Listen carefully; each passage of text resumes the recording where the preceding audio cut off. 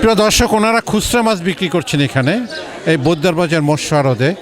আপনি এখানে আসলে যে মানে বড় বা ছোট যেটাই হোক প্রচুর মাছ দিতে হবে সেটা না, আপনি ইচ্ছা করলে খুচরা মাছ এখানে ক্রয় করতে পারেন। দাদা কেজিটা কত করে? 100 টাকা 100 টাকা।